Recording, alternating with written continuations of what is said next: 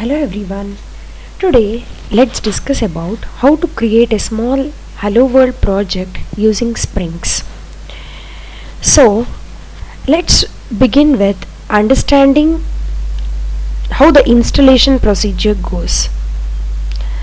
The very first step is we need to check if our machine is having Java installed. So if the Java is not installed in the machine, it's very important to install Java. So we can download the Java installation from Oracle Java site and install under C drive program files Java. Here I have used the latest, not the latest, but the version 1.8, JDK 1.8 version, which was already in my machine. I have used that. The step 2 is setting the environmental variables. That is, we need to check until the bin path, the JDK installation until the bin path, we need to set that in the environment variables. How we can do that is we need to go to my computer, right click properties, environment variables. There are two things, that is path and Java home. Both we need to change the path. We can set the class path. Next, and click on the apply and OK button. Next is we need to download the common logging APIs from apache.org, which are very important for running the Spring framework in Eclipse. Last but not the least, we need installation of Eclipse. Eclipse is very important. We can also use NetBeans, but I prefer using Eclipse as I have used it previously as well. So you install Eclipse from the eclipse.org downloads and see to that it is compatible with your Java version. Sometimes some versions of Java like 1.7 and all, it might not work with the latest Eclipse versions. So see to that both are compatible. Once installation is complete, click on the executable file, take a shortcut of it in your desktop and double click on the Eclipse. First thing after installation of Eclipse is to create a workspace. You create a workspace either in C drive or in D drive, whichever you prefer to. That is the first step. Next is creation of a Spring Bean class. There are three very important things for our first Hello World application. The first thing is creation of a Java project. Here my project name is Spring First Project Demo, inside which I am having a pojo called person.java and a bean config file called bean.xml or application context.xml. Both names you can use for the XML file. And a test class. This test class is nothing but our main program. Main program will be this one. So I have given the name as test.java so that it is easily understandable. Running this test.java file. These are the simple steps in which we can understand how Spring Framework Hello World works. So how to do it? First is right clicking on the new Java project and to create a new Java project name as Spring First Project Demo. The second important thing is to add all the needed jar files or the libraries in the Java build path. These are the commonly needed jars for running our application, especially this commons logging.java, AOP, aspects, beans, context, all these things. Here it contains core jars as well as the needed jars for the different functionalities. So if we download the core jars, that's enough for the running our basic application. For the advanced usage required applications, we might need the later other jars as well. Next is here comes our Spring first project demo. Here what is happening is we will create a folder with the name com.visualpath.spring programs, under which I am having a pojo person.java, a main file test.java, and the application context.xml. This application context.xml must directly come under com.visualpath. Under source, sorry, it should not come under com.visualpath.spring programs. Directly the application context.xml must come under source, then it will not give any error. Here this is our pojo.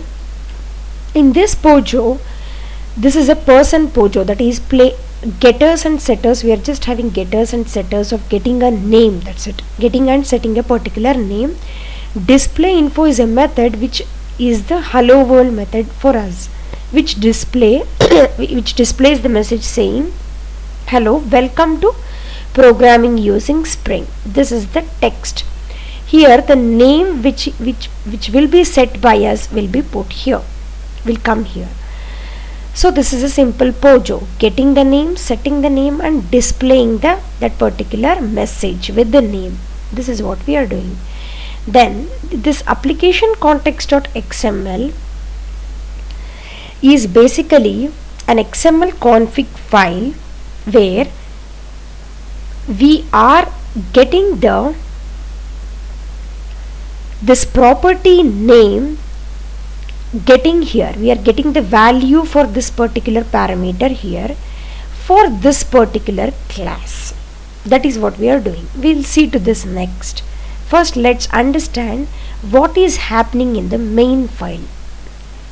Here the main program, as we all know, even here it starts with the public static void main string arguments, within which we create an application context here. Why this is done? What is the reason for this particular line, or how can we understand this line is, here this class path XML application context, it is an API. As we all know, it is an API that loads this particular bean file, bean configuration file, or the application context.xml file, and it also helps in taking care of the initialization and creation of the objects specified in this beans.xml. So this loads this particular API into this context. This is the very first step that is happening in the main function, which we all need to understand. The second step is getting the bean. Here this is a method. Get bean is a method for this particular context that has been initialized, or the objects that have been initialized and created. It is getting the bean ID for that particular method. This is the bean ID. To return a generic object, it returns a generic object. This can be casted for the actual object and can be used to call any other class methods also. So this particular method, this is not a method, this is an object, which is where the getBean method is casting this particular object to the actual object, so that this object obj can be used to call any class method that has been initialized or defined. So here that's why we are calling obj.displayInfo here. This display info is inside the person.java pojo, so it is calling that. So this is the overall understanding of test.java, or the main function. Now let's come to the step 4, that is bean configuration file, or the application context.xml. Usually this is named as beans.xml, but here for understanding purpose I have named as application context.xml. Both are one and the same. Only thing is we need to provide the correct name here. Within the class path XML application context, we need to provide the correct name that we have set here within the source. It should directly come under the source.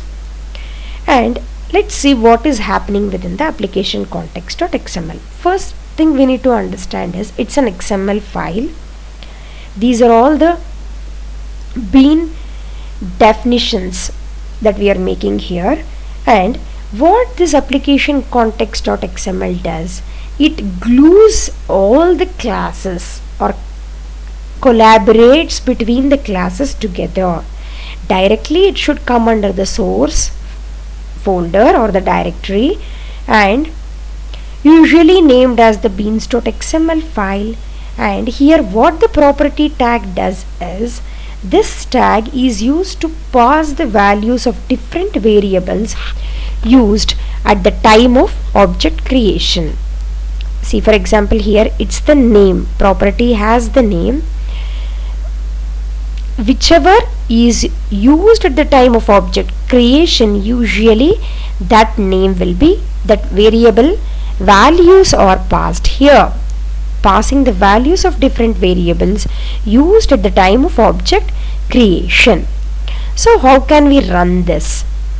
We can run this by, as usual, like any other Java application, we need to go to that main function, right click, run as Java application. We can do so, or we can click on this green button, run test, or we can also use the keys Control F11 and run the program, or directly right click and run as Java application as well, since it's a normal Java main method.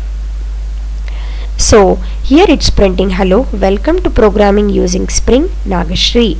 Here it has taken the value here, the name whichever we want to specify for this particular class person, with this person bean ID.